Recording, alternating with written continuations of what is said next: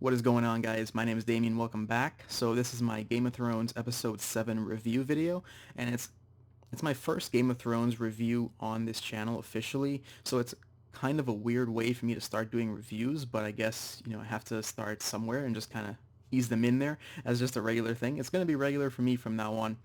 So I do hope you guys enjoy it. And if you're a fan of the show, do let me know who your favorite character is in the comment section down below. And also leave a like on the video if you'd like to see more Game of Thrones related content from me. So this episode was really, really huge in a lot of ways, mainly because when I saw the promo last week, I knew they were going to be pulling from Book 4, Feast of Crows, because Jaime being sent for Riverrun, that was really just one of the scenes that I always wondered if we'd ever see. There's a lot of things with the changes in this show as far as books go, and maybe like at some point I'll do other videos talking about like the big book changes that I really like, or adjustments that are really cool. But there's a lot of things that they don't really get to right away, and they might plan it out and do it a little bit later, which is sometimes fine. I guess it really just depends. But the episode was really, really good. So I'm going to talk about the things I really liked the most, and I'll get to Jaime Lannister towards the end of this. So it was nice to see Sandor again, the Hound. Nice to see him back. He's so different now, but he's trying to be this like pacifist type of character, so that's interesting. And they actually had quite a decent amount of scenes with his character throughout the episode. It was roughly about 10 minutes or so, you could say, give or take. And him just being in this, let's call it a state where he is trying this new approach to life, and he's looking back at all the things he's done, all the terrible things he's done, poor decisions, whatever the case, and this is like his new approach. So obviously it really just doesn't go that way, and he has to go back to being the guy he was before. This type of stuff is really going to be expected with Winds of Winter when that book does come out, but there are some Book 4 additions here, so it's really, really cool. But more or less, they depicted it right. Ian McShane, he was really cool. When he came on, it was basically a one-episode type deal, as far as I understood initially. When I saw he was coming on the show, I was actually hoping it'd be maybe for a little bit longer, but then I found out it was only going to be for a short period of time, so that is what it is. But that was a really, really great amount of scenes that they had together with Sandor Clegane, so that was really cool. And, Game of Thrones is literally probably the best TV show right now, and it continues to be one of those shows that you're just really, really into. But there's a lot of characters, and a lot of information gets lost in translation a lot of times. So Marjorie was on point. She's really good. Great acting from all characters all around in this episode, but Marjorie specifically just trying to sell that reformed belief structure to the High Sparrow. Really, really interesting stuff. Interesting to see if he's actually going to find out, and just how they're going to play this whole story arc out, because obviously the Queen of Thorns, her grandmother, she knows what's going on now, because she was really concerned about Marjorie at first. So that was interesting as well, just because of this whole drastic transformation that she's basically trying to sell. So it was really, really good. I mean, the episode was fantastic, and Game of Thrones just generally has really strong writing. So Marjorie was great, but these are some of the minor scenes that have happened, or that happened in tonight's episode. Marjorie's small capacity, and the High Sparrow, and also Cersei. So she was minor in this episode. She doesn't have much to go off of, really. Small amount of allies. All she really has is the mountain, and it's really just where her character is at. So there's going to be big episodes coming up where I know she's going to have, especially maybe next week's episode, they're going to have something huge happening with her character. So, or at least she should have more of an impact on the show, or on that episode, than she did in this one, because there's so many characters sometimes, so characters will sometimes get left out, because you just have to, it's just the only way to do it. So it would be nice to see Ramsay Snow again, of course, but he hasn't been in like 2 episodes, and that's just the way the show works. So it's just always been the tone of the way they've been handling things on this show. So moving on, Lyanna Mormont. Always wondered how her character would be depicted on the show whenever I did see her. She's 10 years old, and really interesting to see this actress rather, play her character, because she was really strong. She's serious. She isn't about games. She is just on point the entire time, and it's really, really great. Just Jon Snow and Sansa Stark, like their reactions to everything she's saying. She's not really interested in why they're here. Let's cut the small talk. Let's get right into it. And that was just great to see her sitting as this lord, because she obviously, with the type of mindset that she has, the way she's being raised and the way she's reacting to things, she definitely has potential. And I'm speaking just strictly as someone who watches as someone who's watching the show right now. Let's take the books out of it. She could be a really cool character down the line if they were to do something like that.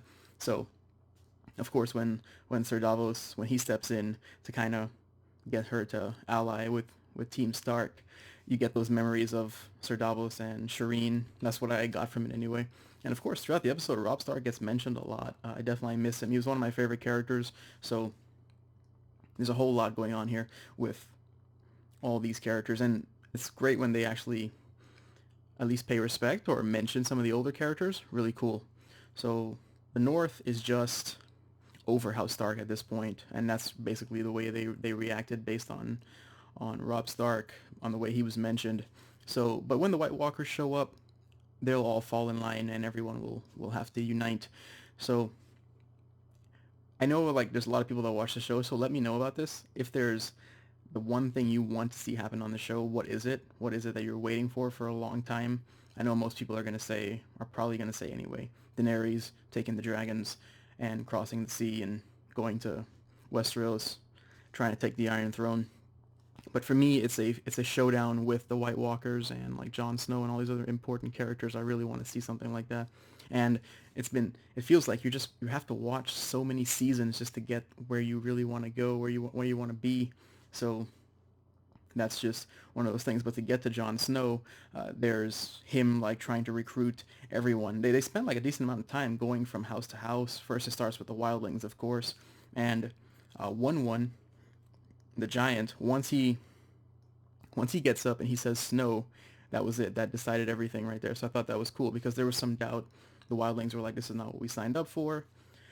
But really, really interesting once he does that, because that was really just a reference to the books. It's a lot more detailed, the relationship between Jon Snow and 1-1 in the books, but just by him doing that, I guess they kind of acknowledge it a little bit. They can't obviously spend time on all of these things, which everybody understands. But this season's been strong for Jon Snow, and he's my favorite character on the show, personally, and I really enjoy whenever he's on, whenever he has more progression for storylines, because I love seeing what he's going to do.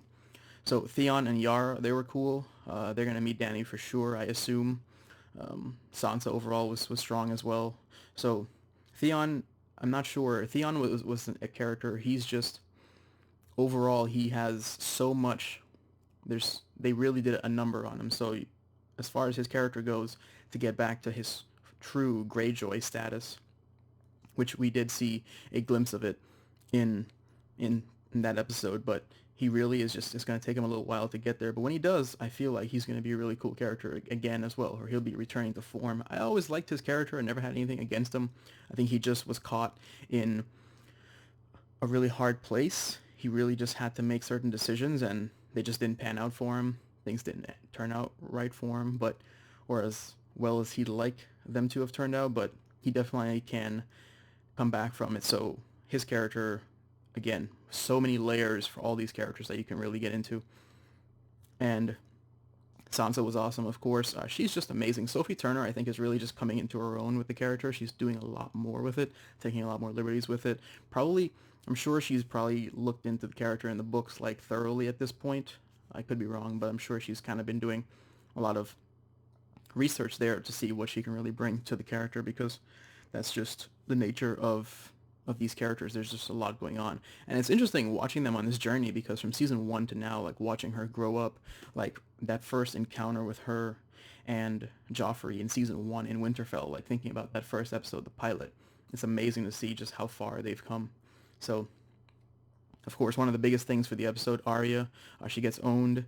The waif just stabs her. I actually thought she would have been more cautious, more aware of that type of thing, but I guess she maybe thought she was in obscurity and she would be able to get away unscathed, but that just wasn't the case. It was pretty interesting, though, because she took some severe damage. Like, those stab wounds are pretty serious. and I want to see what they're going to do next week. I feel like they have to show her character again, because that's just too big for you to just cut and then basically end the episode. So I'm really, really looking forward to what they're going to do. I see, again, I've always been Team Stark, so it's like one of those things where I'm just waiting and hoping for them to all reunite. Just Arya, Brandon, Rickon, Jon Snow, Sansa, like all of them just come together for one last time, or at least finally do that after all these seasons. Kind of like when Jon and Sansa reunited at the beginning of this season. So, but of course, the big thing for the episode was the Blackfish getting to River Run, Jaime meeting up with Tully. This is it, Lannister, Tully. You know, these things you don't really think they're going to happen. There's a lot of like characters that have never crossed paths before, and this is just like one of those things where he shows up there. He's got these men out there. He is commanding this relatively large, or even if you want to say small, army, but he doesn't respect Jaime at all. So the scene really, they pulled specifically from the books for this scene, and I like when they do that. There's certain scenes where they're actually going to have like the dialogue done exactly the same way it is in the books. And this scene reminded me of when Catelyn Stark, when she called on the banners in that tavern when Tyrion was there, when she had believed that he was the one that tried to kill Bran.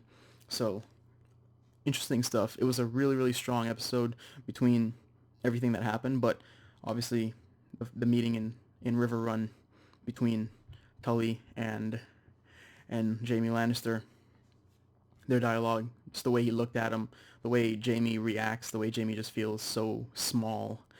To be the guy who's the Kingslayer, to be the guy who is the Lannister, who has all of this type of authority, at least he has the entire show, to be made to feel that small was really, really interesting to watch. So it's like, you just don't know. At that point, he just couldn't say anything. He just has no response for remarks like that. So let me know what you guys think. You know, I don't know. Share your thoughts and opinions on the show and comment down below as to how you think my review should be for this. If you want me to try a different format as far as how I break down the episode or talk about it. There's just generally a lot to talk about when it comes to a show like this, but I will try my best. So my name is Damien. Thank you guys for watching. Great episode all around. I will see you guys again for another video sometime later this week. Thanks for watching.